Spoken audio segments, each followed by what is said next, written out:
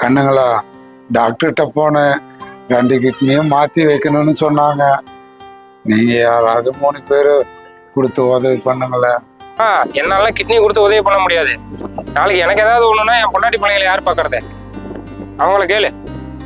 என்னது அவங்கள கேளா? உனக்கு இருக்கிற வரைக்கும் நாங்க வந்து பாத்துக்கிட்டோம். அவருக்காக கல்யாணம் ஆகி புள்ள குட்டிங்க இருக்குது. எனக்கெல்லாம் என்ன கல்யாணம் கூட ஆகல. என்னாலாம் கொடுக்க முடியாது. நீங்க 2 பேரும் அவங்க முடிவுல இவ்வளவு தெளிவா இருக்கிறப்ப நான் மட்டும் எப்படிப்பா? இல்லாம நான் இன்னொரு வீட்டுக்கு போன பொண்ணுப்பா. அவங்களை கேட்காம நான் எந்த முடிவும் எடுக்க முடியாதுப்பா. சரி விடுங்கப்பா, இருக்கிறது கொஞ்ச நாளைக்கு தான். இருக்கிற வரைக்கும் நீங்க 3 பேர் சந்தோஷமா இருக்கிறத பார்த்துட்டு போறேன்.